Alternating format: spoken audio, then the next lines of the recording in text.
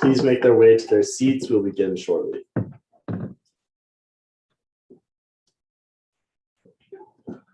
Brandon, will you read the Pledge of Allegiance? Sure.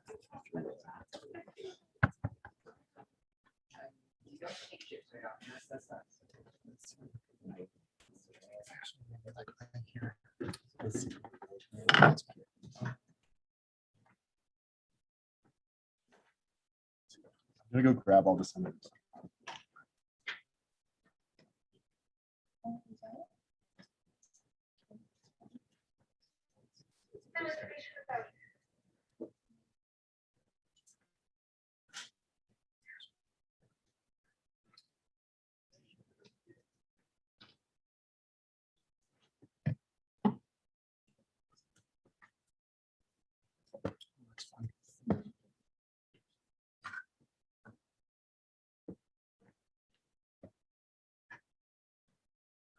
Did you see that? I did see that. Is that everything okay?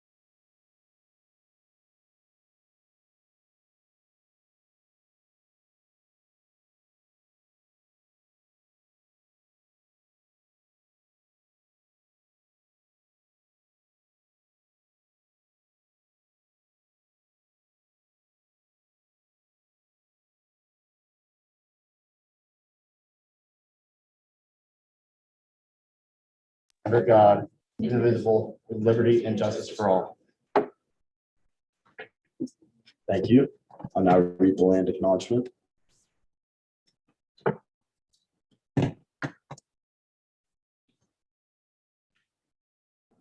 Colorado State University acknowledges with respect that the land we are on today is the traditional and ancestral homelands of the Arapaho, Cheyenne, and Ute nations and peoples. This was also a site of trade, gathering, and healing for numerous other Native tribes. We recognize the Indigenous peoples as the original stewards of this land and all relatives within it. As these words of acknowledgement are spoken and heard, the ties nations have to their traditional homelands are renewed and reaffirmed. CSU is founded as a land-grant institution, and we accept that our mission must encompass access to education and inclusion, and significantly that our founding came at a dire cost to Native nations and peoples whose land this university was built upon. This acknowledgement is the education and inclusion we must practice in recognizing our institutional history, responsibility, and commitment. We will now move into our beginning roll call. Will the clerk please call the roll? Chair Athey, here. Senator Bilodeau, present. Senator Brown.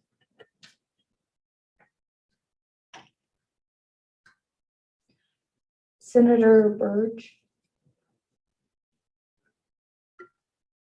Senator Cotasetto.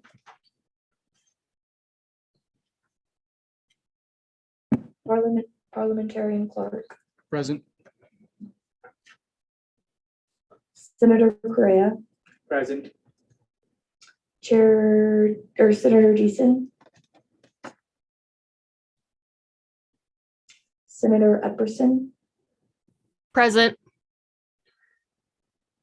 Senator Long, That's me. Senator May. Here. Senator Mumford.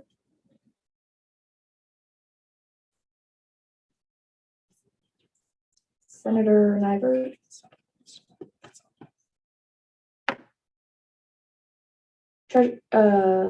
Chair Morgan. She's not currently in here, but she'll be back. Senator Pyfrom. Chair Ritter. Present. Senator Sandoval. Present. Senator Shepherd. Present. Senator Shearer.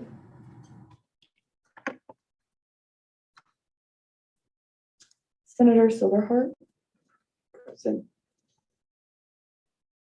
Senator Thayer.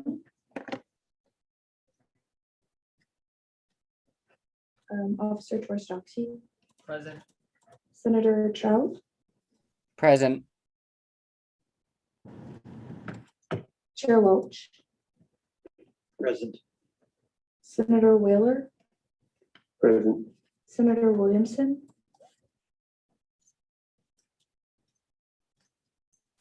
Associate Senator Dorak. Associate Senator Quintana. Associate Senator Reeves. Associate Senator Tefera. Associate Senator Torres Peralta.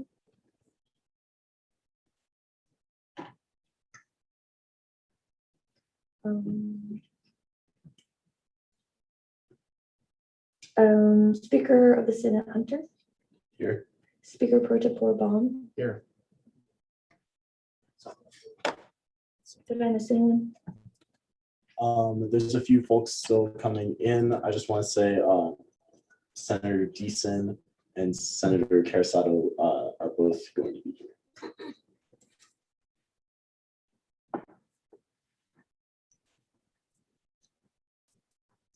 Thank you. We'll now move into consent agenda. Is there any dissent to last week's minutes? Oh, Could you mark me as present too? yeah.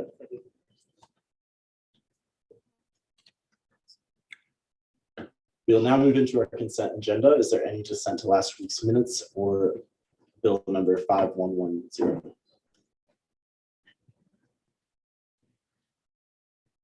Seeing none, we will now move into gallery input. Chair Avey. I'd like to motion to move the exec reports to the end and the motion to swear in the new elections manager. There's been a motion to move executive reports to the end and add the ratification of the swearing in of the new elections manager. Is there a second? Seconded. All for? All against? This motion is adopted. Will the parliamentarian please make that change? Where would you like those moved to? The Executive reports just before we adjourn and swearing in the new elections manager now. Will the parliamentarian please make that change? Yep. Are there any other motions at this time? Oh, thank you. Point of information, the elections manager was joint ordered in. She doesn't go through ratification or swearing in. Does it need to take the oath of office? Not through the joint order. Sorry. So, Awesome.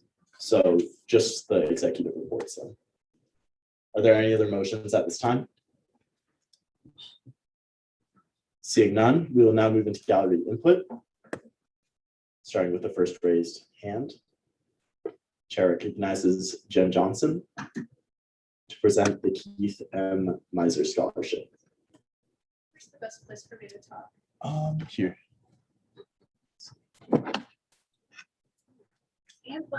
For sure. Everybody hear me okay?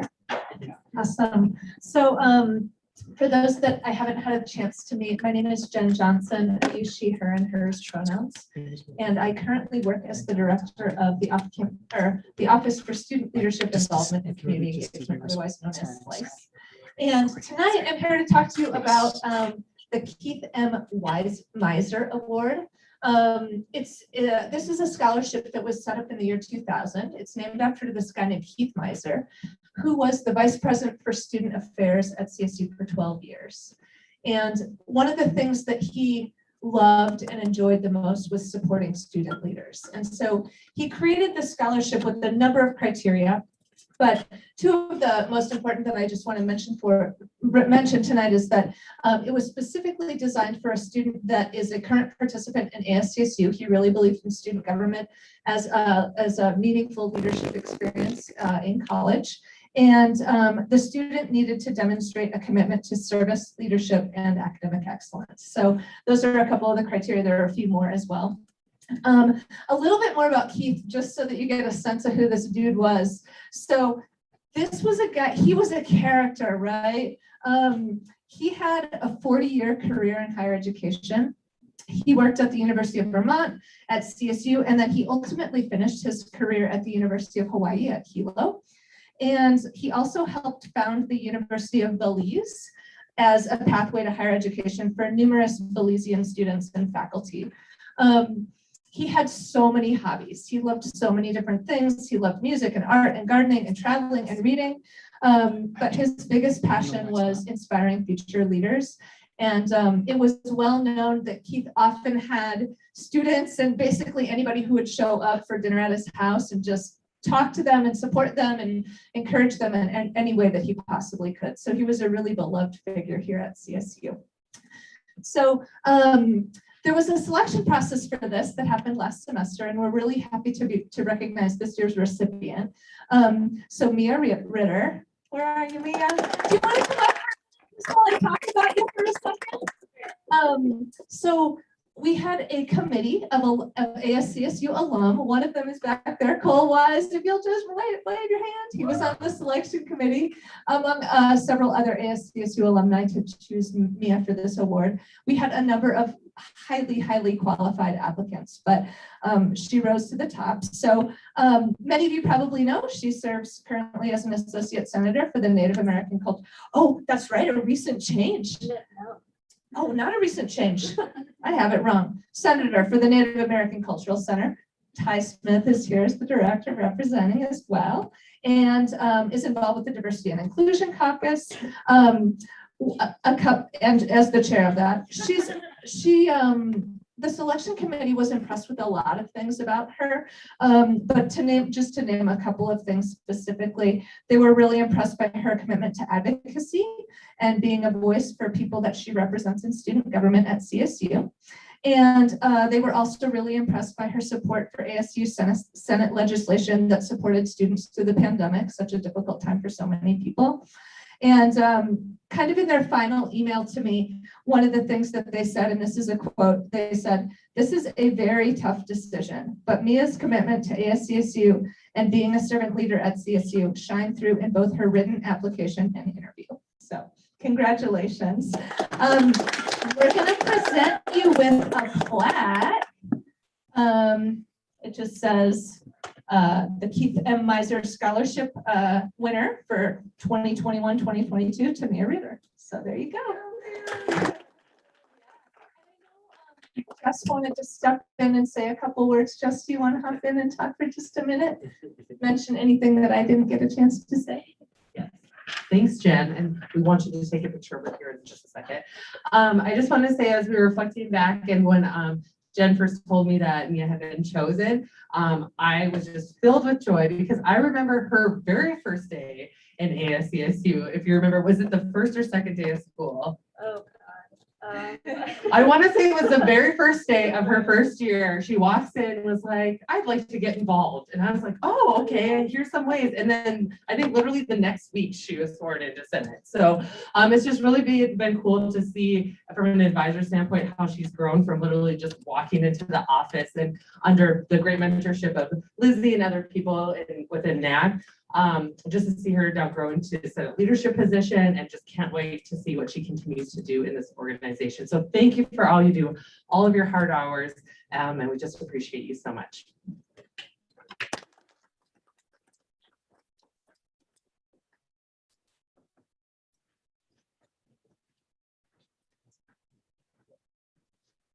Awesome. Congratulations, Chair Ritter. We'll now, is there any other input from the gallery? Seeing none, we'll now move into our guest presentation. We have a student testimony for transcript withholding. Okay. Do you have their name? Ali? It is I. Hello. Can y'all hear me okay? 1 second. Let's see. So I can't get this show up for some reason. Okay. Yeah, So should we move to that computer? we Is that can. possible? It is, but it's a little slow. Okay. I might even have to recess if that's possible. Yeah. Okay, I'm so sorry. The chair at this point would entertain a motion for a 10-minute recess, just so that we can figure out our TVs. I motion for a 10-minute recess. Is there a second? Seconded. All for? All against? This motion is adopted. We'll be back in 10 minutes. Let's take a look at this. Okay. Brandon,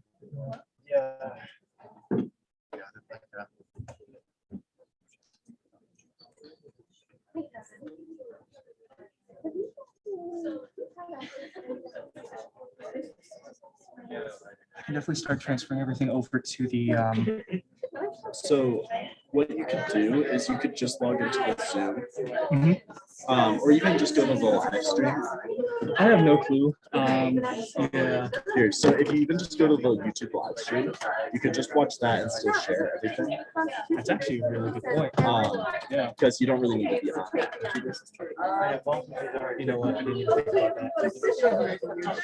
There definitely would be a weird way. Yeah.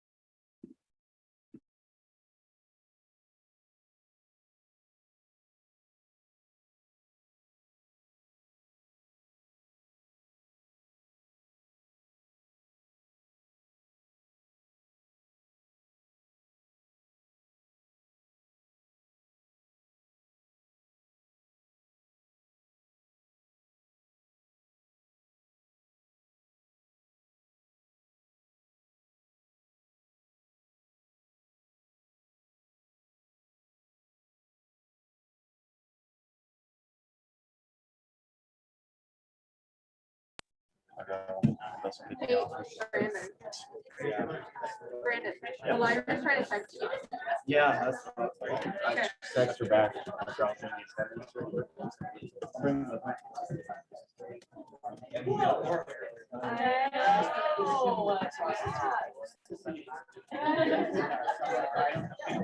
I know, literally, I was like, but also like. That's your.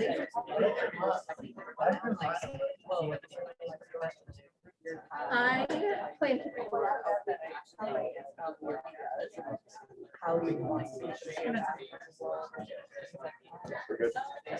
All good? Okay. Let's see. All right, will you unmute on there? Yeah. Okay. We're going to go back into order. We will now continue with our guest presentation, student testimony for transcript withholding. The presenter may now begin.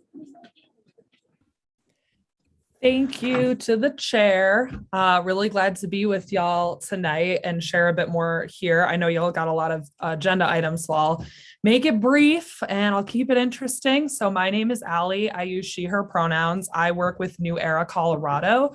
We are a nonpartisan organization that works in the state of Colorado to engage and mobilize young folks on the issues that really matter to them, and also to like register and engage young voters.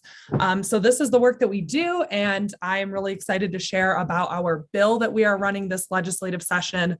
It is called Prohibiting, Transcript, and Diploma Withholding.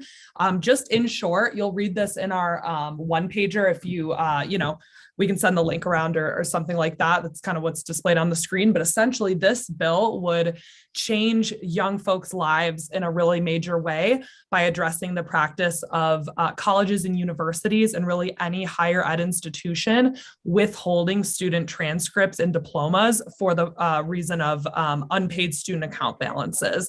This is an issue that deeply impacts young folks of color. This is an issue that impacts low-income folks. This is an issue that impacts your classmates. Folks here may have been impacted by this at some point in your educational journey. Essentially, what it means is that these institutions are withholding students' transcripts or their diplomas, which they earned through going through these classes and fulfilling these educational requirements. And they're essentially holding that back from students as leverage for unpaid account balances. There are so many reasons why folks may not be up to date on their student account balance. I know myself, when I was in college, I was constantly having drama with FAFSA, wherein, I was essentially, Hey, I'm really sorry, but there's an echo. Could you just pause for a second? No, we're struggling with technology again. Sorry, I'm not hearing the echo. It's at the back. Oh, over here. It's Okay, in the back. gotcha. Okay. Oh, the speaker's in the back? Yeah. That's Okay. strange. Can you hear it Okay. now? If we step Yeah. over? Yeah, I can hear it.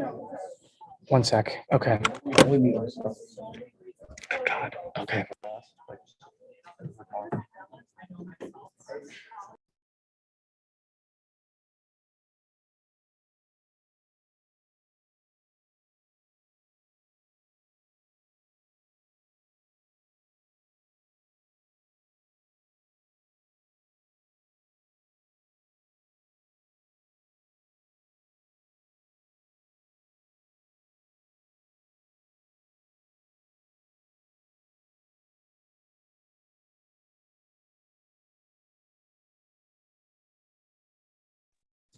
All right, will you try to say something now? testing. Is that good for everyone? Okay, my bad. You may continue.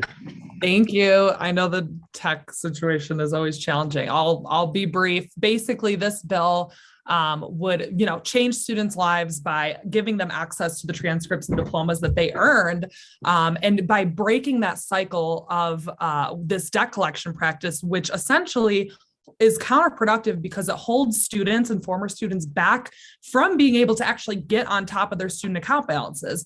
because folks who are trying to use their diplomas to get a job, or they're trying to use their transcripts to get a job, or they're trying to use their transcripts to transfer schools, whatever their needs are, they're being blocked from these advancements in their life, which then holds them back from actually being able to move forward in their education and in their career to then be able to pay back what they owe. So really, this bill would actually benefit everyone in that way. It actually is in the best interest of higher education to get behind this measure because, again, it breaks that cycle that holds students back from getting on top of their account balances. It supports low-income students and students who are struggling to make their balances and make their payments rather to the school. And additionally, we've actually been sort of indicated that at the national level, there could be some national rulemaking around this at some point, which means that it's just in the best interest of our state to get ahead of this and to create plans now to support students and to stop withholding these transcripts. It does not mean that higher education institutions will not be getting their funding because actually, or will not be getting their payments because actually they have a ton of other debt collection practices in their toolkit. As we all know, they utilize collections. They reach out to students and engage them with phone calls, with emails, with reminders. This is just a needless and counterproductive measure that actually does not need to remain in the toolkit. And we know that higher ed institutions, especially in Colorado, deserve to have more funding. That's something that we are strong proponents of. It just, we know that that's a problem, but these, this should not be funded on the backs of students and harming students who are here to learn, to move forward, to, access the education or the transcripts and diplomas that they earn so that they can move forward. And so that is really what this bill is about. After our last committee, we passed out of the House. And so after our last committee, which was House Education, it was a tough battle for us because we had some legislators who were undecided on the bill because they were just concerned about how this would impact the higher ed institutions in their districts. And after the vote, we got some feedback from those legislators that hearing from young folks about this bill, about how transcript withholding and diploma withholding has impacted them, actually fundamentally helped guide them toward their yes vote on this bill, which is just so impactful and so important. So our call to action, we've been engaging different bodies of student government across the campuses that we partner with. And our call to action is really a couple different options. We would love if individual student leaders would work with us to give some testimony about why this bill would be helpful, either why, maybe you are somebody who has been impacted by this practice and it would have made a difference in your trajectory, or just why you support this for students who are going through these struggles, for low-income students, for students that you are, in classes with every day who are driving toward the same goals, but may not have the financial resources to move forward and to not be impacted by this practice. So that is one option, just having individual student leaders come together and, create some testimony for our upcoming committee and Senate Education. We're gonna need all the testimony we can get to show the impact that this has on young folks. Some other options that we've been engaging different student governments on is full endorsement of the bill and then doing some organizational testimony on behalf of the body of student government. And that's totally another route that y'all could take here. And then additionally, if individual committees within student government wanted to endorse and write some testimony. But regardless, if folks just want to step up in an individual capacity and connect with me, I would love to work with folks on this and just show that students are coming out against this practice of transcript and diploma withholding. But yeah, would love to answer any questions if folks have them, and really appreciate y'all hearing me out today. Awesome. Thank you. I'll open up time for Q&A if there is any questions, starting with the first raised placard. President Dixon.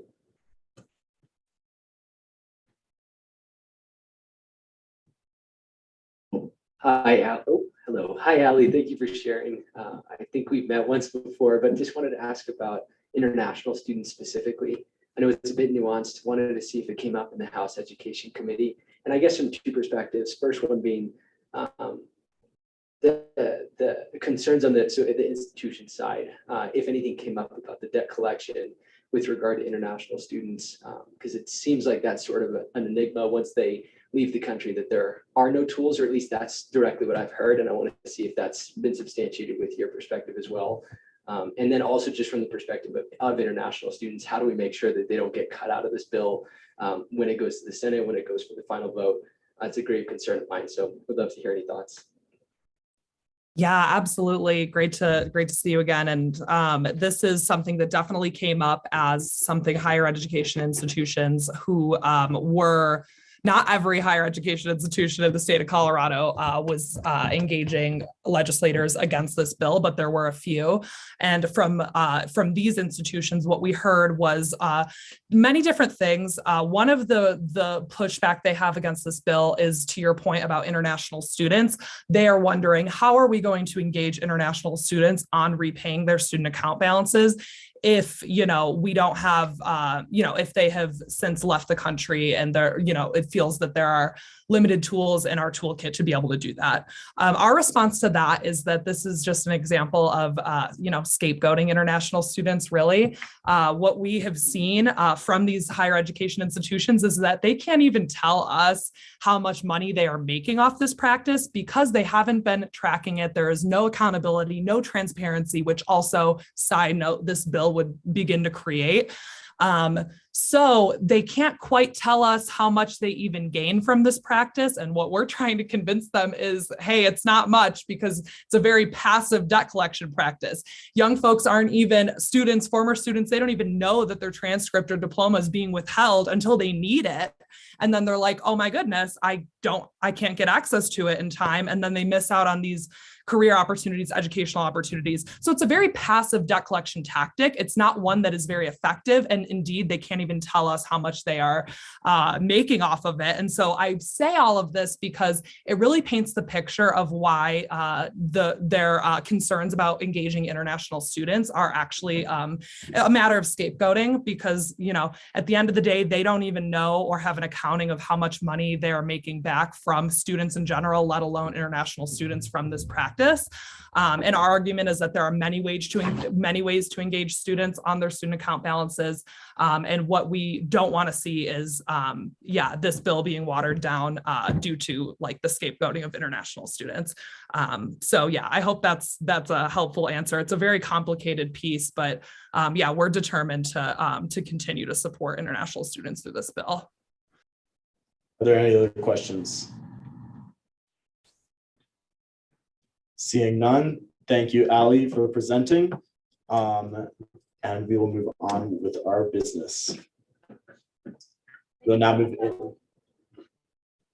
Yes, if we could get a round of applause for our presenter tonight.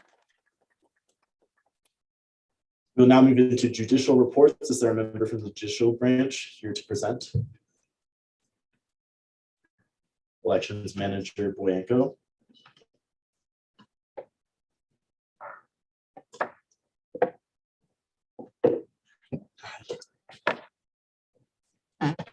Hi, folks. Exciting to meet you all in yet another new capacity. I'd like to update you all on the elections process that we have going on right now. I officially made it into office on Monday through a joint order. So I'm still getting my bearings, but I'd like to just say that this past week has been some of the most productive inter-branch and student advisor collaborations I've ever been a part of in ASCSU. It makes me really proud to be a student in this organization. So I'd just like to say thank you to everyone who has helped me get my bearings in this position. I really appreciate it. And I'm really excited to serve our student body in this capacity, and honored to welcome the next set of leaders into our organization. So with that, I'd like to say that the timeline has been pretty difficult to stick to, and therefore there might be some change. There will be some changes to the timeline, and I can run those over with y'all real quick. So our first change is that President and Vice President and Speaker of the Senate application due date is now extended to next month, or this coming Monday, the 14th. So it originally was this Friday, and we've asked to push it back so that students have a chance to catch up after midterms and actually submit an application when they're not super stressed and overwhelmed with classes.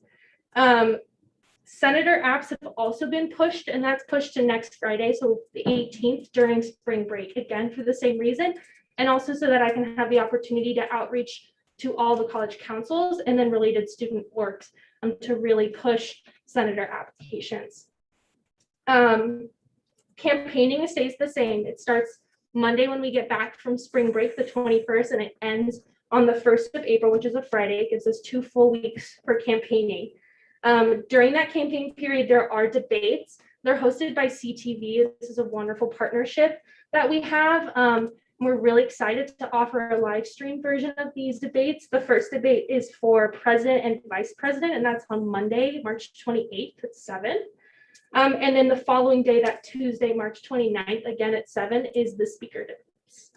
And then the following week is voting. Voting opens at 8 a.m. on the 4th, Monday the 4th, as promised. It's open on the 5th, and then on the 6th, it closes at 4 p.m. Our last change is that we will be releasing elections results on the 6th, that same day that voting closes. It's going to be a long night, so voting results most likely won't get in until later at night. I'm thinking like 9 p.m. or so, but CTV again will help us live stream that, and then our marketing department has a plan to release that information on our social medias as well, so everyone will be informed. And then to clarify, our voting will take place on RampWeb again this year. You can vote for president, vice president ticket, speaker, senator for your college, and then on shirt designs for the incoming Forever Green shirts. Really exciting. I would welcome the opportunity to answer Q&A if the chair sees fit. Yes, I'll now open time for Q&A, starting with the first raised placard. First raised placard. Chair Welch. My question is, when do you plan on having the vote of confidence for people running for speaker? Yeah, thank you. So the vote of confidence is traditionally and is outlined in the Constitution on the first week of campaigning. So that'll be the next Senate session, which is Wednesday, the 23rd. Chair Athey. I just want to clarify that you said that president and vice president are a joint debate this year. President and vice president are a joint debate. So the idea for that layout, or the layout for that debate, is 2 hours for the presidents, then a 15-minute break, and then an hour for vice presidents. So to clarify, they won't be debating at the same time, but they're in the same video, if that makes sense. They're in the same, yes, in the same event and speaking separately. Thank you. Are there any other questions? Seeing none, thank you. Thank you. We will now move into our confidence business, where the parliamentarian please add 2 hours to the confidence clock. We'll begin with Lex number 5102. Will the parliamentarian please read the title and abstract? Senator Carasetto. I know this is a very bad time to motion for this, but I'd like to motion to ratify a senator at whatever point the speaker sees fit would be the most efficient time. Second. Yep. Is there a second? It's seconded. It would be most efficient to add right now before confidence business. So all for? Aye. All against? This motion is adopted. Is there a member from the judicial branch that can swear in the senator or associate senator?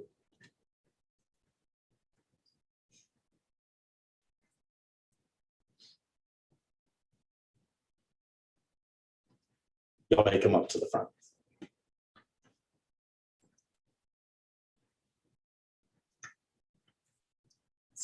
And yeah, we just put. I'm not sure we're perfect. Thank you. Awesome. Yeah. If they can use that one. Oh, yeah, absolutely.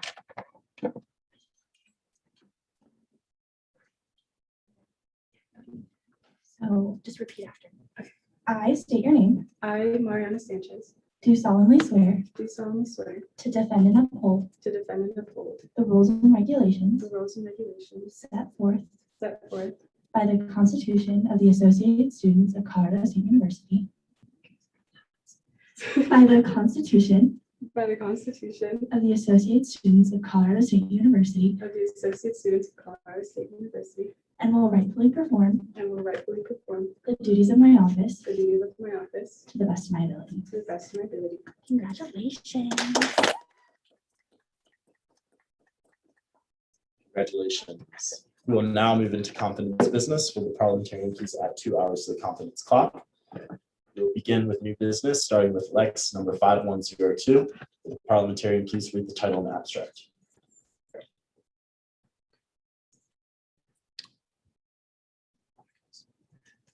You see that? Sorry. Yep. Lex 5102, constitutional amendment in the absence of a senator. What was that? I'm sorry.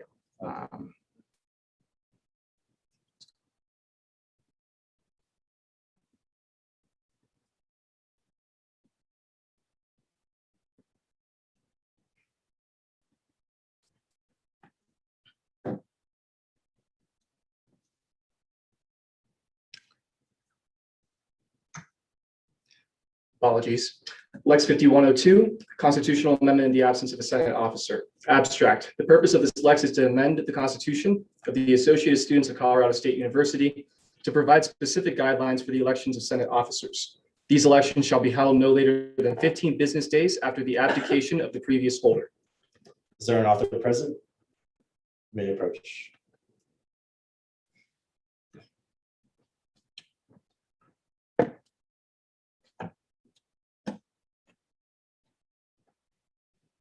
Can everyone hear me? All right. Hello, everyone. Thank you for meeting today. As you can see, this is Lex 5102.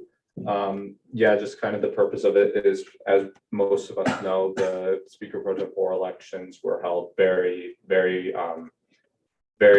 late after, very late after the resignation of Emory. And we just felt that a constitutional amendment for this situation needed to happen so it doesn't happen again. Of course. So again, we want to be brief and open it up to as many questions as you all might have.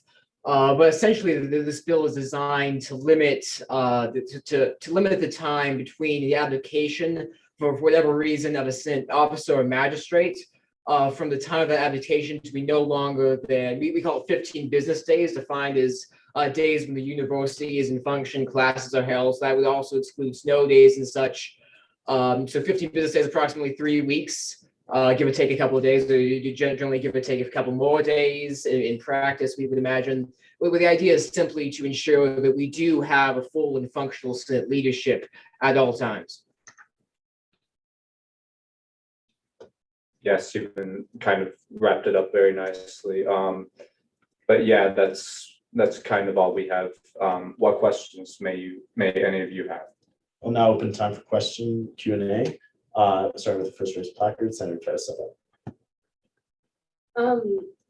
And I could also just look into the Lex on my own, but what would be the consequence if the 15-day, like, max day to get someone in this position isn't met?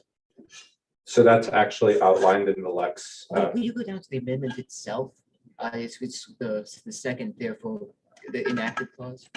So, but basically, if the 15 days pass without an election, none of the Senate's actions would be binding until an election is held. Thank you. You'll move it. Are there any other questions? Senator Correa. Hello. Yeah, I have a couple of questions. So when it comes to senators, they need to be sent by college councils or STPS offices, right? And here it says that they need to be in office over here within 15 business days. But what if the respective college council or STPS office does not set a senator? This is for Senate officers, not so like Senate leadership, not for senators. Okay, I believe, I'm not sure about this, correct me if I'm wrong, but the Constitution does define a senator as a Senate officer, right? Not to my understanding. Initially, the term was magistrate. It was changed for some reason immediately prior to the submission of this document. I'm actually not quite sure why that was. We might want to change it back to magistrate if that is the case. But in any case, I believe Senate officer still includes, by definitions in the bylaws and constitution, so what we would generally categorize as Senate leadership. And I don't believe senators are called officers anywhere in the Constitution, to my understanding, although I would yield to the parliamentarian or any member of the Supreme Court. Point of information. So in the Constitution, legislative cabinet is called Senate magistrate, and the bylaws are called legislative officers, not Senate officers. So it's slightly different. If I could also provide a point of information, there's a few positions like the pro tempore and the parliamentarian that don't hold Senate positions as well, so they wouldn't involve college councils or SDPS offices. Okay, thank you. That will be all I need. And I would add, in committee, we can very well change this. I mean, again, this is partially a semantical thing, but we could very easily change this to legislative officers, legislative magistrates, if we thought that would be a better phrasing. Are there any other questions? Senator Scher? Yeah, I haven't really thought this question through, so it's not going to be super concise. But I know that a big issue in re-electing someone was that it wasn't very transparent sending out like the job application and all that. Is there a plan that y'all have in place for how to like make sure that that's efficient and it's going out to the entire student body? Yes, so in the amendment, it says that it will be the responsibility of each Senate, legislative officer, and also each senator would have to advertise it adequately to their, whether it be their college council or their office. Yes, well, we say that each senator and Senate magistrate should take reasonable steps to advertise this to that individual's constituency. Again, we believe this will serve in great part to alleviate some of the difficulties we had, of course, with ensuring that people are informed of the elections. So having senators, in addition to magistrates, advertise to both the student body for magistrates and to individual constituencies for senators. And also, there's a clause under I believe it's nearly the final, therefore be hereby enacted clause. We want this to be added to the bylaws themselves as well, but because the process for approving a constitutional amendment is different for that of approving a bylaws change, we simply include that we say the next speaker of the Senate should make these changes, then have them go to committee, and you'll have that be enacted. Are there any other questions? Seeing none, thank you. Y'all may yield the floor.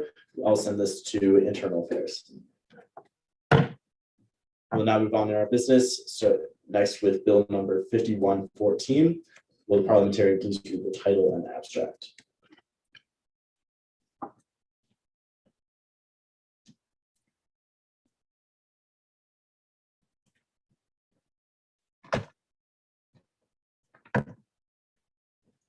Bill 5114, reallocation and sunset clause for Bill 5023. Abstract. This bill seeks to provide RAH discretion over the remaining funding that was given to them by Bill 5023 and create a sunset clause specifically built for Bill 5023, approval of BSOF funding for Rams Against Hunger. Are the authors present? Yes.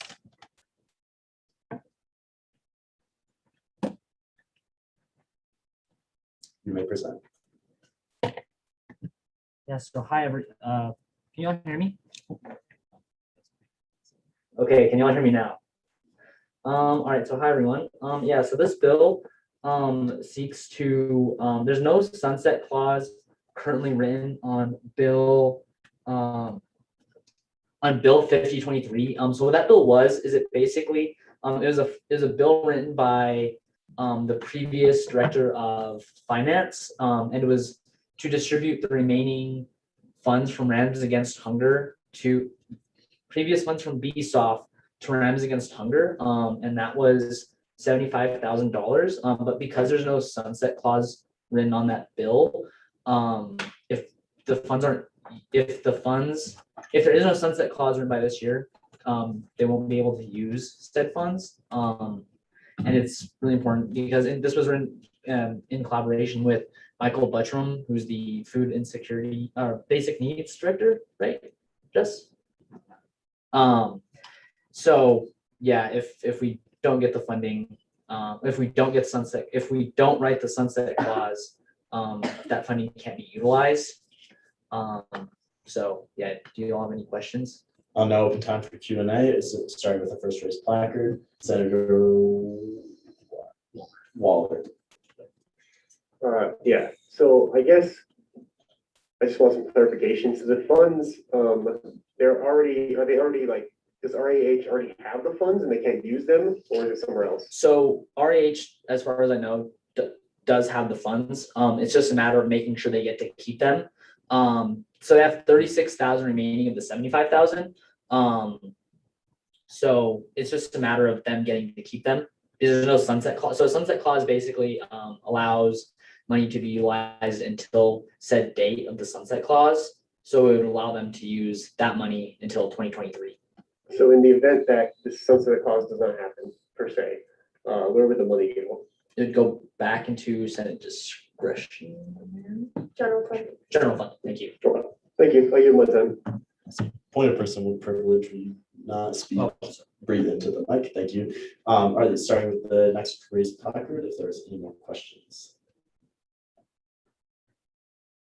Seeing none, this will be sent to Budgetary Affairs. Thank you. We'll now move on to bill number 5115. Will the parliamentarian please read the title and abstract?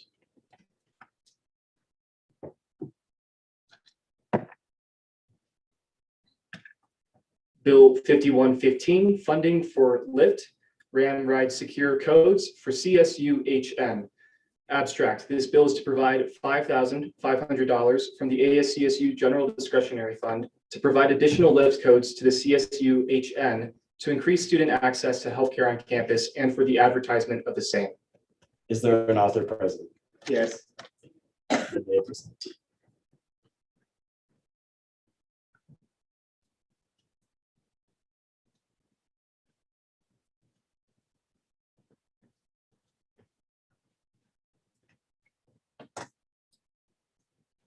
Hello, everyone. My name is Ritik Correa. I use the he, him, his series of pronouns. I also go by the name Rick. So I'm going to keep it short and simple. This bill basically asks $5,500 from the Senate Discretionary Fund to help Ramride Secure, which already operates on campus. It's going to help them gain access to more LIFT codes that will be provided to the CSU Health Network. And this will help ensure that students have good access, good transportation access to and from the CSU Health Network. Now, there are other alternative transportation measures, for example, the HORN or the MAX. But when it comes to students that are sick, students with an injured ankle, or let's say back pain, I wrote this bill because I personally faced these issues in my second semester and even this semester. This semester wasn't an issue, but during my second semester it was, and I found it difficult to access the health center because I could not use the buses due to my injured upper back. So I want to make sure that students that face financial issues, and even maybe students that don't, but basically don't have access to adequate transportation measures, get access by utilizing these LIFT codes, which would discount their ride for up to $200. I'm open to any questions now. Thank you. I'll now open time for Q&A, starting with the first raised placard. Officer Torres Doxey.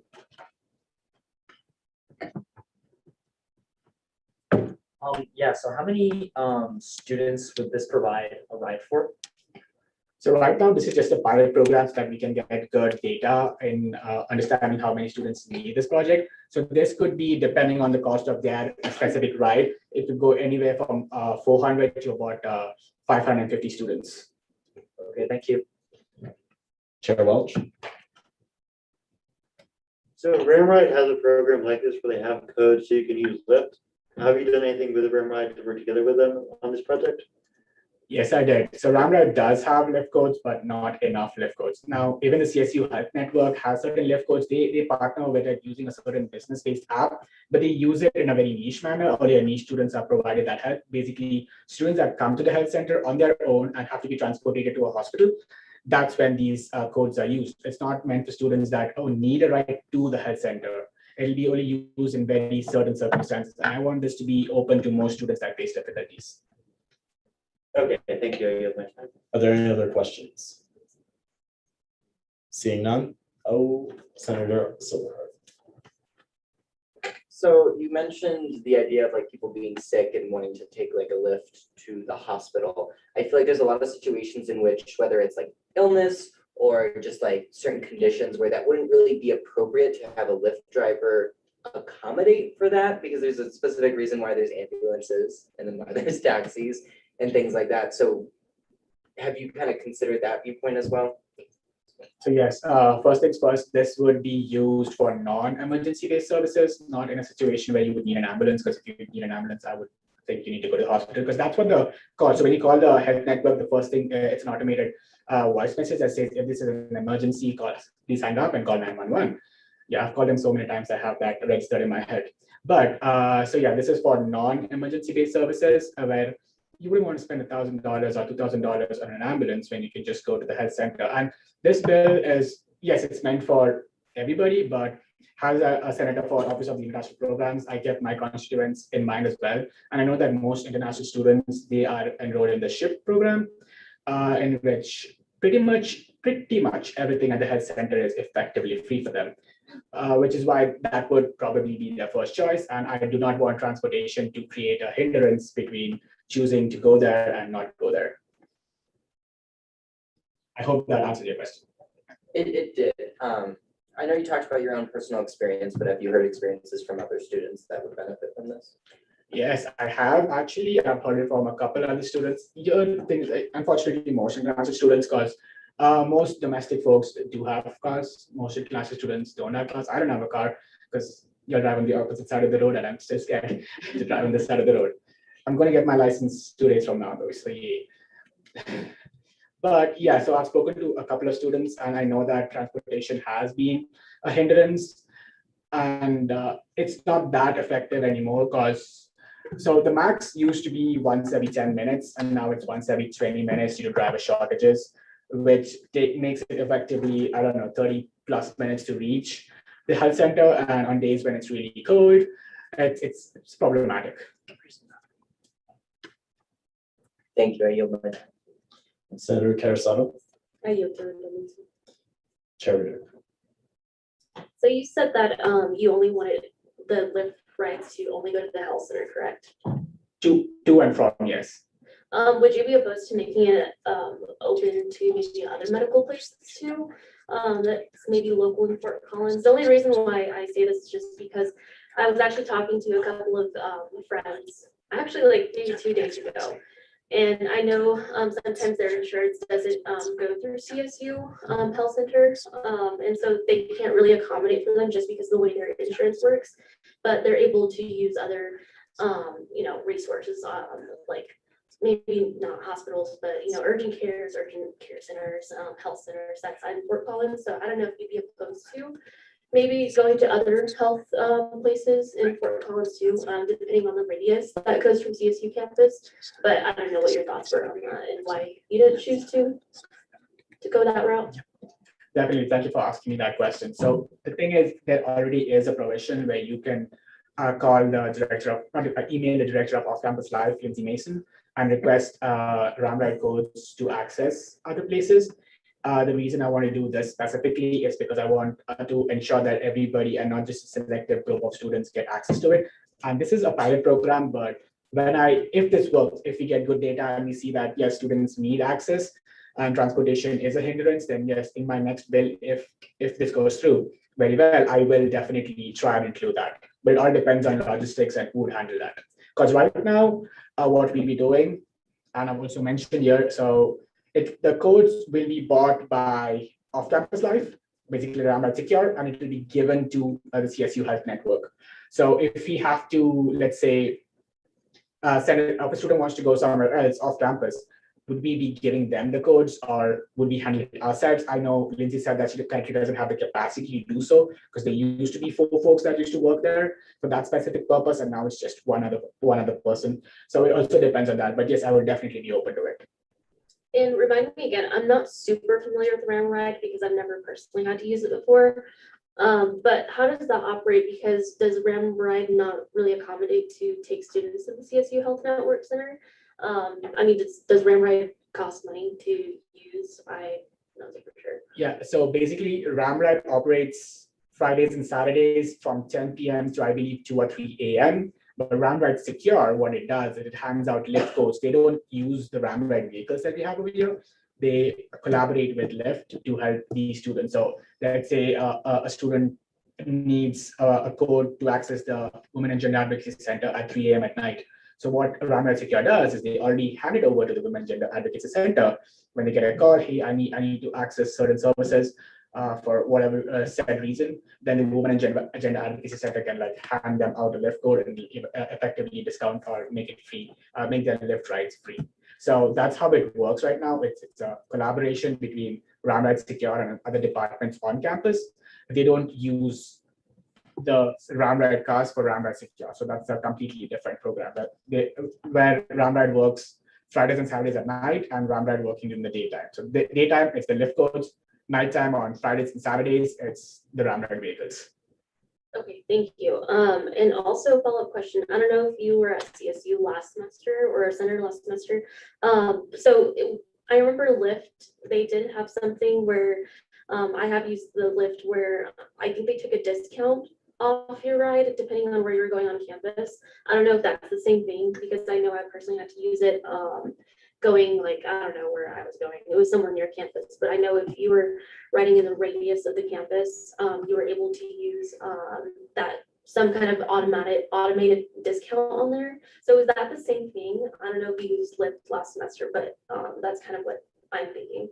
So I didn't use Lyft last semester. I don't remember the last time I used Lyft. I could usually bike around, I use the buses. So I'm not exactly sure about the in-campus discount rate, but if it's there, I will definitely look forward to it. I mean, do some more research on it. Thanks for letting me know. Parameter based, I didn't actually explain that. So that program, I'm pretty sure we don't do anymore. This is a new program done now. Parameter based, but like, yeah, this is a completely different new program because RAM Ride didn't really like that program. So now doing RAM Secure is what you said. We just give you $12 for you to do that RAM Ride. And so, yeah, the thing we had last year, we don't do anymore. Great. So what Rithik, Senator Correa is doing now, is that the same thing that was happening last semester? No, this is a different thing than that. Yes. Are there any other questions? No, I yield with it. Senator Waller? Yeah, thank you. Pardon my ignorance, but what's to say a student wouldn't take advantage of the system? Like, just use it for a cheaper ride. Yes, so that was definitely a concern since I want to target this specifically for students that have financial needs or don't have access to transportation. So what we currently plan on doing, so we have 2 chains of thoughts. We either have this on the website and a person who needs it specifically requests for it, or they'll be asked on a call, hey, do you have access to transportation or do you need assistance from us? If they do have a car and they are able to drive that vehicle, then it's good. But if they cannot and they need a ride to the health center, because the last thing you want to do is spend like $24 in traveling. I don't want to spend $24 traveling. I'd rather spend it elsewhere. So that's the whole goal, is to make sure that students access it. Now, yeah, there are, as you said, it's problematic where a student could use it in such a way that it would be considered a misuse, but we would be handing out these codes while you make a reservation or an appointment at the health center. So you wouldn't be able to be like, hey, I need a code. You're not going to get it. But if you have a reservation, that's when the health center is going to provide you the code. So it would have to be to and from the health center, and you would not be able to access these codes any other way. So you'd essentially have to provide proof that you have a code from the health center. So it's like, currently you can't book appointments online. You have to call the health network. They changed it after COVID hit. I don't know why. But once you make that call and you schedule an appointment, you would be asked. We are still not sure how the health network is still not sure how they would handle the exact logistics. We still have a couple chains of thoughts, couple different schools of thought over there on how they'd like to handle it. But currently we are pondering upon, hey, if a student calls and they schedule an appointment, that's when they'll be asked if they need assistance. And should they need assistance, this code would be provided to them then. Okay, thank you. Are there any other questions? Seeing none, thank you. This will be sent to Budgetary Affairs. Thank you. We'll now move on to Bill number 5116. Will the parliamentarian please read the title and abstract?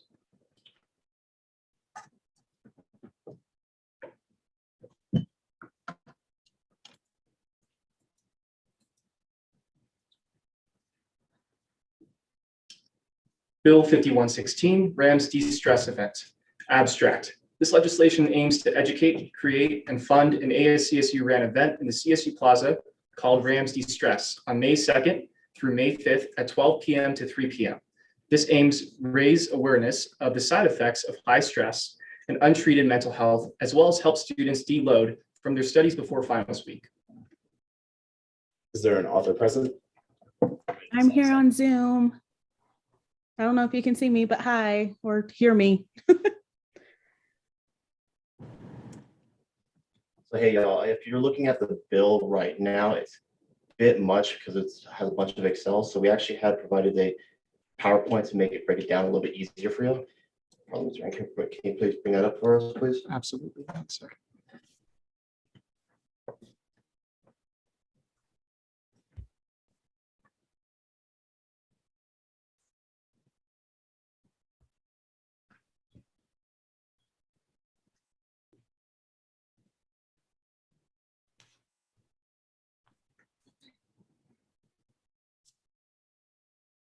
Also, while the parliamentarian is doing that, I would like to introduce our co-presenter, my little de-stress kitty. This is Salem, kind of being a little ornery today.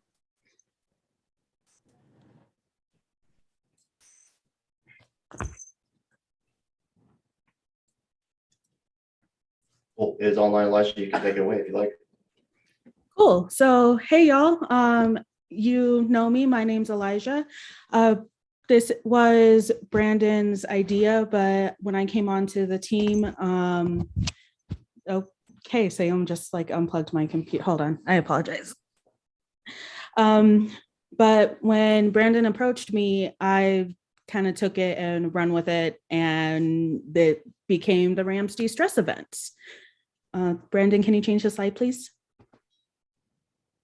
So a little small brief explanation is the Rams De-Stress event is going to be held during Dead Week, which we hope to rename Revive Week of the spring semester of 2022.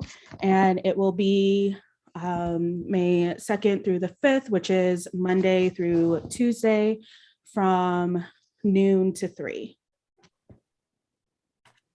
So what will be at this event? Well, we have quite a few things. First off is comp strips, and what they are is they are a textured sticker that you can put on places. I know a couple of my colleagues have them on their phone. Brandon has one at his desk. You can put them on your computer, and what they are is they're meant to help with fidgeting, help with focus, help with anxiety. I've been using it for about a month now, and I absolutely love it. So we're really excited to have those. We are going to have therapy dogs. We are going to have massage therapists through the rec center, through KCSU. We're going to have music. Next slide, please. And some more things at the event. We are going to have many different tables with different mental health resources / clubs. For example, we are working with Active Minds, and we are working with the CSU Health Network. We are working on having some guest speakers. We're having food and drinks, and just a fun time with your fellow Rams. So this is a list of people, notable people and contributions. So basically what this is it kind of shows you how this event grew. We have the support of the Director of Environmental Affairs, Adam. We have the support of Campus Engagement, John, the Director of Academics, Ahmad. I apologize. We have the support of the CSU Health Network, the Director of Marketing, Grace. We have the support of Christian Dixon, our own student body president, the Director of Health, who is Alejandra. We have the Director of Housing and Food Security, Mr. Benton Rossler, and we have the support of our student body vice president, Mary. So Brandon, do you want to take it away from here? Yeah, sure thing. So what we're asking from the Senate is about $6,000 from the general fund to help cover additional costs and fees with this fund, as well as help expand this event as much as possible. And since we worked on this and it just exploded in our hands, so which is great. So thank you for all the support. We obviously have to reach out to more people and get more tables out there, including ASCSU will have a table there just to cover that, because y'all hear student concerns, helps deload their stress, and plus not only that, but it can help you with legislation ideas in the future. We're also looking for volunteers from May 2nd to 5th from 12 p.m. to 3 p.m. And parliamentary, can you please go back to legislation real quick?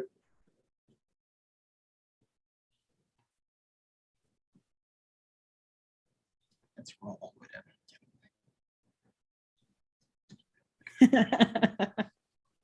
Brandon went a little number happy. A lot of Excel sheets in there. So the bottom Excel is the overall sum of everyone that we're going to bring in, is additional with the co-sponsors, how much we need from Senate to cover, how much co-sponsorship percentage, so on and so forth. And anything above this one, the last whereas clause, is additional breakdown of information on items like comm strips, as well as the massage therapists. So with that being said, we will be open with Q&A. I'll now open time for Q&A, starting with the first raised placard. Senator Correa. Hello. First of all, thank you for bringing this. I'm so excited. I'm definitely going to get a massage. So I was going through the bill and I see the total Senate coverage, as you say, is $1,513. Co-sponsor is $6,214. So you all say you need $6,000 from the Senate. I'm a little confused because total Senate coverage says $1,513. Right. So we're asking for $6,000 just for additional costs, because we're still grabbing numbers from Ram's event planning on how much foot traffic we got with. So we may be ordering more comm strips. We may be ordering more food and drinks there, and the final budget unfortunately isn't set in stone since there's so many variables. So right now with the current budget we have, yes, you're correct with the Senate coverage will be 1,500 plus, and that will cover the rest of everything that we don't have covered from co-sponsors right now. And then whatever's left will be used for additional costs and additional add-ons, if that makes sense. I would also like to add that this is a pilot program as well. We do hope to, well, at least I hope, since Brandon is graduating, I hope to be able to do this every semester during what is now going to be known as Revive Week. So that way we can get we can use this event to have a better estimate on the numbers and students and things like that. But like Brandon said, it would be to cover any additional costs. Okay, so basically a good $4,500 would be in excess funds just in case we need it. Yeah, and this will be managed through the accountants, and all collaborators, including Senate, will be notified of the budgets, remaining budget from the discretionary fund that Senate will hopefully provide. And I see you'll have a sunset clause which states that all the money that's not spent would go over, like will it come back to the Senate discretionary fund, or would it be kept somewhere else? It'll be coming back to Senate general. Yep. Okay. Coming back to the costs, are these costs final or is it still tentative? Still tentative. We're trying to talk with the accountants to make sure to get certain appointments. Now, comp strips, that's pretty much final. They gave us a list, and pretty much the food and drink beverage, that's through the LSC. Catering, they also have a list of prices on that, so those are final. And the massage therapists are final as well. Okay, sad that it didn't give us a discount, but yeah, that'll be all. Thank you, I Senator Trout.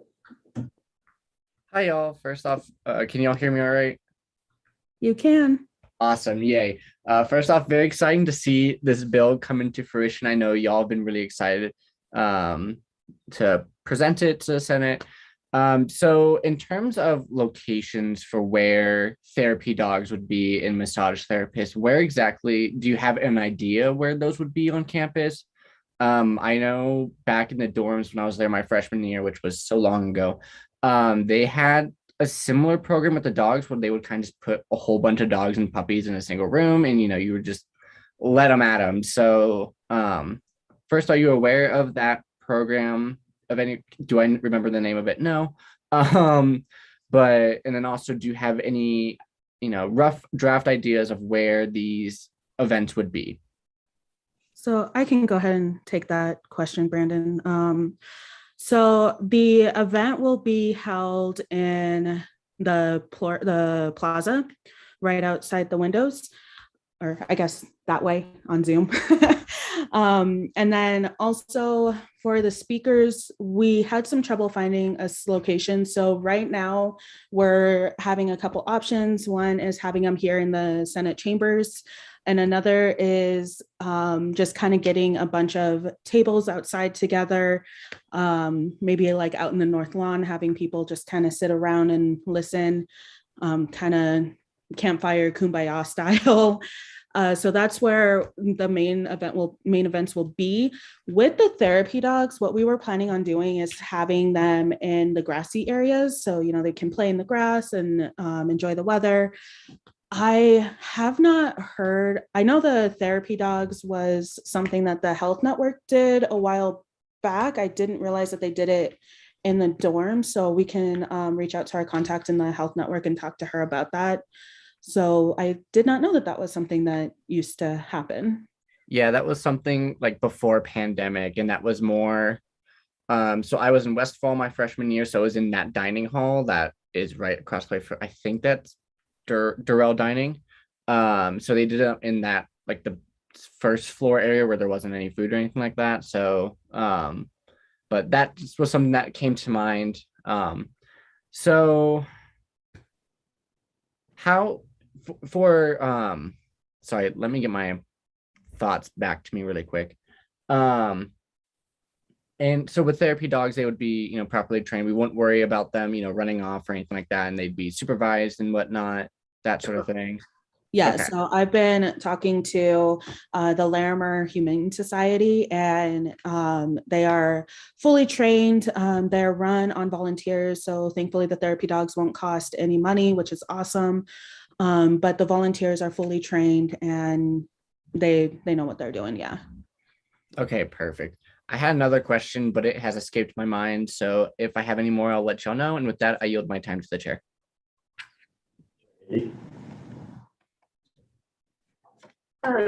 just had a question about the sunset clause on your bill. You just say that a sunset clause is provided within a bill to ensure all money is not spent to be rolled over the appropriate budget. Do you have what was the date that you were thinking on that? May 2nd to 5th at 12 to 3. The date of the sunset clause. Sorry to clarify my question. I'll admit this is the first bill, so I'm not sure if I wrote the sunset clause perfectly. So yeah, hopefully y'all can help me out with that, please. Yeah. So a sunset clause is a clause that allows any leftover funds after a project is finished to roll back to ASCSU, so they're not just left out floating in the air. So after your project is over, what date were you thinking for returning the funds that you don't spend? Because I heard you say that earlier. Oh, okay. So probably May 6th, because Thursday is May 5th and on Friday May 6th, and then we enter finals week and we're done with school. If that makes sense. Yes, it does. My other question was, so returning the money, I'm not sure if it goes back to the Senate discretionary fund or to the fund balance, which is that middle ground where money usually goes when it's left over. But I do know that it will be at the end of the 51st Senate at that time. I'm not sure what exactly our last day of session is. So yeah, that wasn't really a question. My bad. Sorry. I yield. Are there any other questions? Senator Waller? Yeah, so I imagine this being a 3-day event, 3 hours each day, 4. Apologies. I imagine the human resources for this would be quite significant. So in terms of like human resources, where are you pulling the people from? Like, would it be us senators? And would it be like a required thing, or would it be volunteer basis, or what? So in terms of like, we need senators to not only table, but to help kind of supervise the events. Me and Elijah are busy on Tuesday, so unfortunately we will not be there for the duration of that event. So that's why we need extra people there to just help supervise it. And where we're getting these different different help from is listening to co-sponsorships, as in like the Laramie Health Network is going to do the Derby Dogs, the speaker, state senator, I forgot their name. State senator will do is a speaker, and they're doing it pro bono, for example. And yeah, we anything that isn't ASCSU related, they're covering it themselves. Yeah. Okay, so I guess my question is then, when it is ASCSU related, is it on a volunteer basis, or is it you're going to have certain senators, or like a requirement, or what?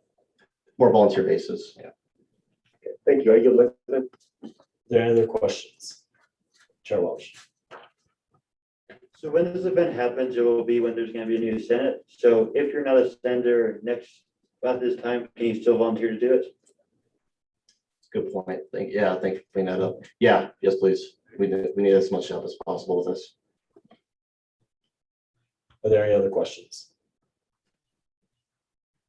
Seeing none, thank you. I'll send this to all 3 committees. That is the end of our new business. We'll now move into old business, Lex number 5101. Is there an author present? Yes, but I don't have to present. Thank you. Will the parliamentarian please read the title and abstract? Lex 5101, remedying a mistype. Abstract, this Lex seeks to remedy a mistype of a change to the Constitution from the 50th Senate. Seeing as this is the 3rd reading of this piece of legislation, we will now enter discussion and debate, starting with the first raised placard. A motion for previous question. There's been a motion for previous question. Is there a second? Seconded. All for? All against? This motion is adopted.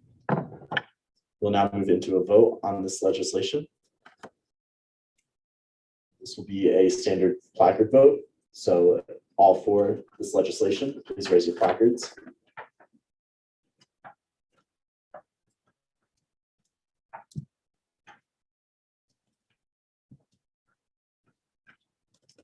Thank you.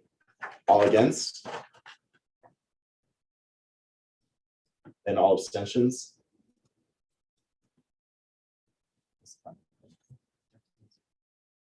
With a final vote count of 13 to 0, this Lex is adopted.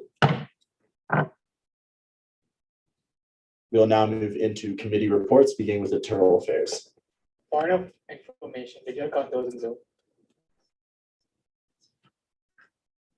We need to, we'll need to recount just for the votes on Zoom.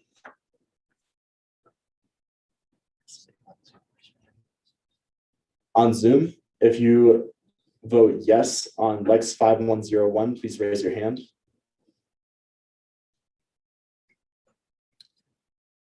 Thank you. Please lower your hand. On Zoom, if you vote against Lex 5101, please raise your hand.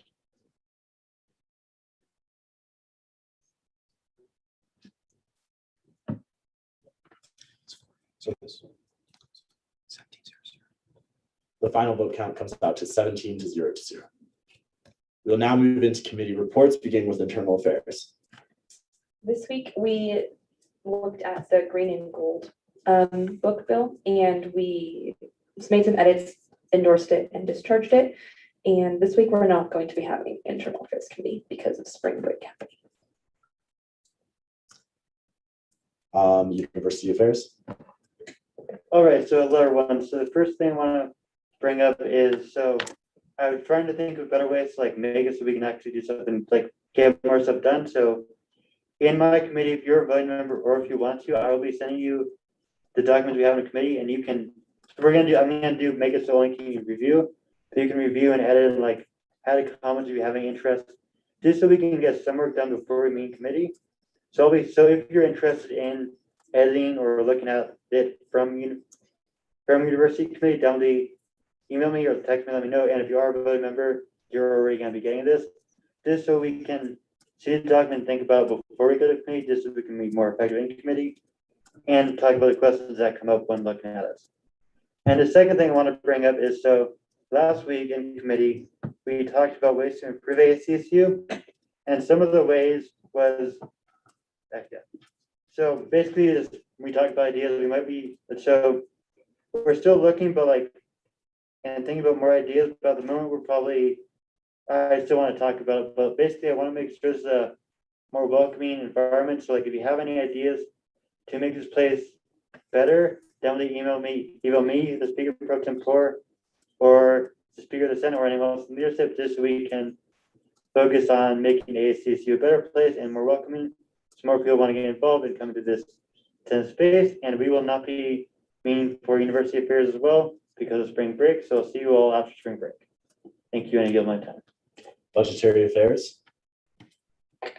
Hey y'all. Alex Silverheart here, he, him, his, if we haven't met before. I was informed today that I will be the interim chair of budgetary affairs for a little while. With that said, I have a few notes. We will be following suit with the other committees, and we will not have committee this week. But I urge you all to read over the bills and look at those budgetary aspects. I will be looking over those during spring break and comparing them and kind of involving them into the budget that we've already set and have been working with all year. Yeah, and then I know we have to look at the green and gold books in addition to everything else that was brought up this week. We will have a set committee time by the time that we return from spring break, so that will be great. And then also consider running for chair of budgetary. I do not know when elections will be held. I plan on running, so I would like some competition. But it's also good to just get involved and have options for people to choose from. So yeah, with that said, I hope we have a great rest of our night. That concludes committee reports. We're moving to caucus reports, starting with Women's Caucus. Hi everyone, Treasurer Morgan, to your hers. And yeah, so my caucus meets bi-weekly, so we didn't meet last week, and we will not be meeting this week. That's it. Have a good break. I yield. Diversity and Inclusion Caucus. Hi, everybody. This is Mia, Chair Ritter, she, her, hers. Diversity Inclusion Caucus will not be happening this week. I'm going to cancel it just because it's right before spring break, and I think there's a couple people that's probably going to go home. Probably tomorrow, probably they already have, I think it's just very close to the weekend. So, enjoy your spring break and reach out if you need anything as always. And we will be meeting right when we come back. So that'll be all from me. I yield. That concludes caucus reports. We will now move into legislative officer reports, beginning with myself. I want to thank everyone for kind of adjusting with us along the way. We've been moving pretty fast, and I've really enjoyed kind of the efficiency rate we've been going. Hopefully looking to fill some more of these seats. Please encourage all of your friends to run for something. I think it would be great if we could fill up all of these seats for the next session. That'd be awesome. Or next Senate. That'd be awesome. If you have any questions or anything, please email the Speaker of the Senate. I have had a surprising lack of emails, so I have room to read. If y'all have anything, feel free to reach out to me. I keep things pretty casual, but I can help you with anything you need. And also, in this space, don't be afraid to, keep stuff straight to the point. I know sometimes we get wound up a little bit, but it's always good to be direct and quick. At least for my brain, that's how I like to do things. So if you feel like something you want to say has been said before, it's usually good to yield to redundancy. That's a great tool that we have in this space to keep things moving. And with that, I will say have a great spring break, and the speaker pro tempore can continue.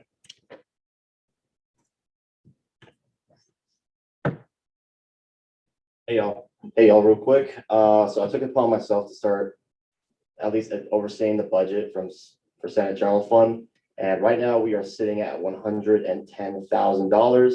So please bring your bills in. We got plenty of money.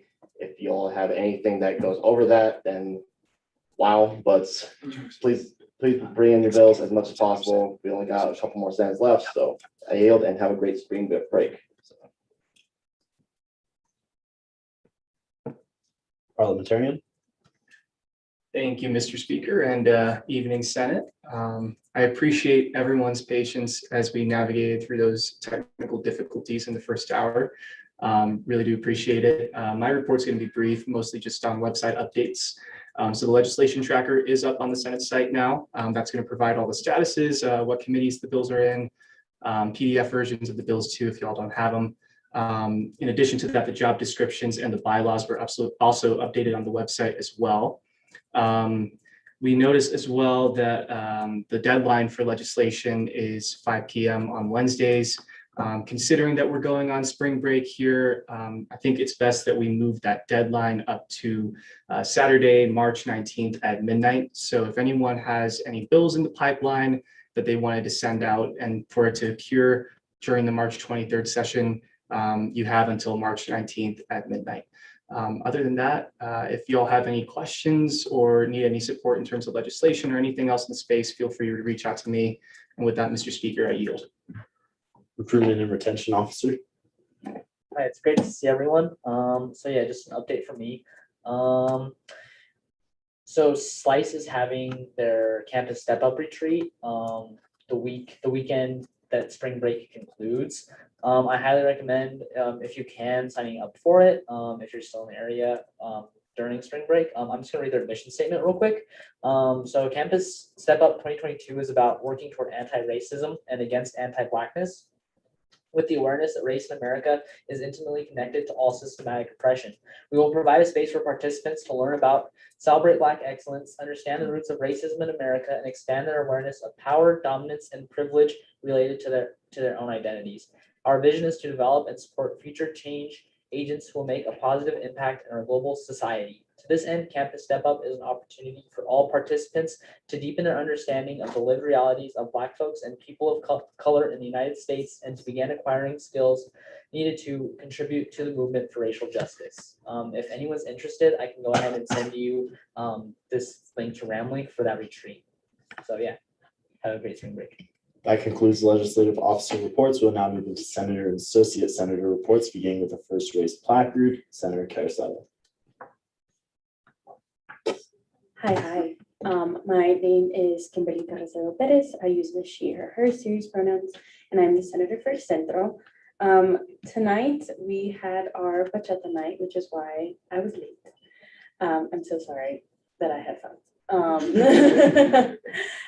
But that was our last night of that.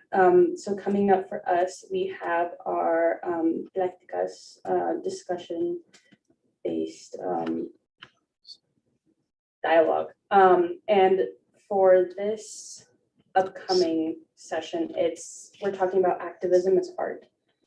So if anyone would like to attend that, and I know it's not always comfortable going into a space which you do not identify with, I am happy to go with anyone at any time. Actually a lot of the SDPS offices are hiring. So just keep that in the back of your mind. If you would like to apply for those positions, get your bread up. And that's all I have. If my now senator would like to introduce herself, I will give her the opportunity to do so.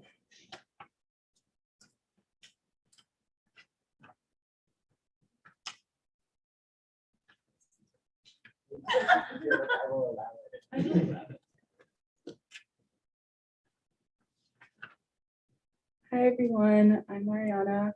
I'm a junior and I'm studying computer information systems, but I'm a new senator at El Centro, and if y'all want to connect, I'm here. So yeah, nice to meet y'all. Chair Amy. Hi all, this report is definitely cheerier than my couple of previous reports, but I do want you all to continue thinking about wearing masks, especially around those that would prefer you to wear one around them, including myself. So for my report, I met with the Director of Academics today to have a meeting about ECHO 360 and its benefits for all students, not just those that need accommodations. In that meeting, he asked me about potential backing from students for the need of ECHO 360 as universally as possible. So if you have an opinion on ECHO 360, please bring that to one of us. Thank you, I yield. Senator Long. Hello, everyone. My name is Rob Long. For those of you who don't know me, I use the He series. The College of Business will be hosting Business Day on April 21st from 10 a.m. to 5 p.m. It will be here in the LSC, I believe. There's a few speakers. One of them is including Coach Norval for the new coach for the football team. But yeah, if anyone has any questions, you can reach out to me. And yeah, that's all I have. I yield. Senator Correa. Yeah, what's up? Okay, so I had a meeting on Monday with the CSU Health Network, but I'm not going to speak a lot about that since I already presented. I had a meeting with Mary Strombaum along with Director Rosler and Deputy Director Weiss, where we spoke about helping students in break housing using the Rams Against Hunger meal swipes, and that was pretty productive. Obviously, this Rams Against Hunger and student break housing thing was definitely not me. It was only Deputy Director Weiss and Director Rosler, so I didn't do a lot of that. What I did speak about was about amending the meal period timings to make it more student-friendly, since they currently are not student-friendly. And also about utilizing guest swipes at the express locations which currently students cannot access. So I hope Housing and Dining makes their operations more student-friendly. And I'm also currently trying on writing a constitutional amendment for Section 207, subsection E, Clause I, which I believe will change to Section 208 once Senator Long's lex passes. So basically, it states that we need to be passing our bylaws on second Senate session, which is like the first Senate session after summer break, which we currently don't do. So I have two chains of thoughts here. One in which we mandate that it is passed on the first day, or one where we remove the necessity of bringing new bylaws and descriptions every single year. So if you all could give me input on that, that would be helpful. And that's all I need. Thank you. Senator Tennyson. Oh, Bilodeau. Hi, Senate. For those who don't know me, I'm Samantha Bilodeau. I represent ALVS, Adult Learners and Veteran Services. So on March 29th, ALVS is going to be hosting a public viewing of a documentary. It's called Love After War. It is about injured veterans and their partners. So it's going to be a very important topic, a very interesting topic. So if anybody is interested or any of their constituents are interested, let them know that's happening. That's here in the Laurie Student Center Theater. Yeah, Tuesday, March 29th, there's two showings, 2 p.m. and 6 p.m. Just, send them in my direction if anybody's interested, and have a great spring break. Senator Shepherd. Hey, y'all.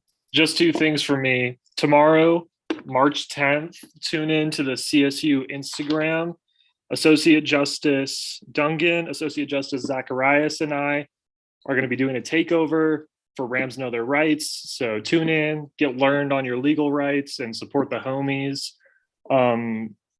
Second thing, LSAB, that's the Legislative Strategic Advisory Board. We need 3 members of Senate on it. We currently only have 2. So just putting that on everyone's radar that we should consider having elections to fill that vacancy and consider running for it. We'd love your representation, and happy spring break, everybody. With that, I yield. Senator Trout. Hi, y'all. It's me again. So just some quick announcements. So all the student diversity programs and services offices are hiring for the 2022-2023 academic year. If you know anyone who would want to be involved in any of those, I know the Student Pride Resource Center and the APAC Center has the link and QR code on their Instagram. I am 100% certain all the other ones have it on theirs. Additionally, for the Pride Center, they will be having an LGBTQ State of the Union on Thursday at 4 p.m. in the Pride Resource Center. And for those who do not know, that is in LSC 232. And for those who are interested who are graduating, Pride is also doing Lavender graduation, which is basically just to give to celebrate the accomplishments and achievements of the LGBTQ plus community in undergrad and graduate students. All of that information for the Pride Resource Center is on their website. I hope you all have a wonderful spring break. And with that, I yield my time. Are there any other Senator Associate, Senator Waller? Hello, everybody. I'm Jason, he and his. So a couple of you know about this bill I was working on, but for those who don't, it was a resolution for planned leave at CSU. Some background information, the current doctrine or policy was that you had to submit your planned leave at Thursday around noon, which is a really weird day and time before classes started. And the aim of the resolution would have been to push the bill back or push the deadline back to Sunday at 11:59 before classes started, so people would have more time and it would be easier. Well, after talks with the Office of Financial Aid, Registrar, Housing and Dining, and the College of Health and Human Sciences, an agreement was made that the policy would be changed without the need for a bill or resolution being made. So I'm happy to report that I do not have to work on that anymore. Are there any other Senator Associate Senator reports? Officer Torres Doxey. Yeah, so hi everyone. So I'm also the senator for the Asian Pacific Americans Cultural Center, and tomorrow night we're going to be having an event. It's karaoke party with the Black and African American Cultural Center. It's from 5 to 7. And if you want more details on that, you could go to our Instagram at csu.apac. Please come. I think I'll be there. Pizza and drinks will be provided. Just RSVP if you need any accommodations for food. So yeah. Senator Silverheart. Y'all, 2 things. April 16th, put it on your calendars. Drag show is returning. Woo! Hopefully. Well, I need to learn more about the plans, but April 16th is the date we have set. So put it on your calendars. My high school biology teacher might be coming. So if you want to meet Miss Stewart, she's amazing. Yes, so that's first thing. Second thing, drag show was so much fun. I think 2 or 3 years ago, we had Monet Exchange. So if you know anything about the drag community, you know Monet. So it will be very fun. I do not know what queens are thinking of getting, but we will also be having student performers. So it will be a great way for us to really like come together and show some school community spirit after a few very long years of dealing with the pandemic and still dealing with the pandemic. So put that on your calendars. Also, in addition to that, the Get Yourself Tested campaign through the Health Center and Cruise is coming back this year. It was here last year, but just not used very much. I actually had a conversation with Director of Health, Alejandra Casada Stoner. Sorry, the double last names always get me. But she is putting part of her discretionary fund towards helping them promote the event. So they will be tabling, and I also plan on writing some legislation to help promote sexual health on campus and bringing that to the Senate floor here shortly. So be on the lookout for that. Other than that, have a great night. Senator Epperson. Hi, everyone. Senator Epperson here. I use she, her pronouns. I know I mentioned this last session, but it's National Social Work Month. So the College of Health and Human Sciences has some really awesome events happening. Following spring break, there's a bunch of workshops for women in leadership and food science and nutrition, getting to de-stress with animals, trauma-informed yoga class, and a bunch of other events. I already sent the link in the GroupMe, so if you guys want to check those out, please do. And I hope you guys have a great spring break. I yield my time. Are there any other Senator or Associate Senator reports? Seeing none, We will now move into executive reports. Is there a member from the very patient executive branch here? President Dixon. Yes, hi everyone. It's good to see you all. Given your comments, Mr. Speaker, I will keep my comments brief. Just grateful for the work you all have done tonight and excited for the bills that are in the queue. The basketball game was really successful. We had 50, 60 people there, and we had 50 to 60 people that got pizza. That went in about 20 minutes. 70 pizzas total were gone in 20 minutes. So that was amazing. Did a floor recognition, and I got to show a video about the elections, encouraging folks to apply. The deadline is now Monday, March 14, as I'm sure you all are aware. LSAB needing one more member for that, for the Legislative Strategy Board, which is a critical organ in this organization. It takes stances on various legislation at the state capitol. And so it serves a critical purpose if you all are interested. The City Council Roundtable is April 21st. That's with the mayor and city council members here. April 23rd is the Spring Unity Tailgate in support of cystic fibrosis, the philanthropy that Coach Norvell is supporting. So hopefully we have a good turnout. Every student that's there, he'll donate $1 for every student that attends to that philanthropy. The Body Project training is happening, and I can get you those dates if you're curious about it, supporting overall awareness for eating disorders and otherwise, and just general body image positivity. So look out for that. Earth Month is March 28th to April 29th. There will be a lot of programming, speakers, films shown at the Lyric, as well as light bulbs that are given out for that, for all students on campus who want to upgrade to LED light bulbs. The celebration for the Spirit Squad and the mascots. Anyone interested in joining for that? We've done it with the men's basketball team, women's swim and dive, track and field. So this next one is for the cheer team, the Poms, and the mascots. If you are interested, let me know. I can add you into the conversation. There was a Denver Post article on Sunday posted about mental health resources here at CSU. Would highly encourage you all to read it if you get a chance. I think it speaks to some of the degrading trust that students have in those resources. Because of capacity issues and otherwise, they're 14 members shy on counseling staff. So if you know anyone who is interested, tell them to apply. And then just the budget reorganization that's coming down the pipeline. So keep an eye out for that. Appreciate you all, and I'll yield. Thank you. Are there any other members of the executive branch that need to present? I guess not. All right. The chair would entertain a motion to use the beginning roll call for the end roll call. I'd like to make a motion. I motion to include the fight song on the agenda. Second. All for? Aye. All against? No. The nays have it. Division. There's been a call for division. Please raise your placards if you would like to add the fight song to the agenda.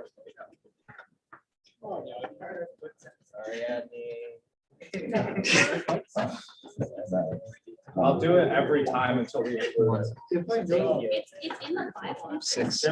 I don't care. Please lower your placards. You don't need the lyrics, I will do it next. Please raise your placards if you would. Please raise your placards if you are against this motion.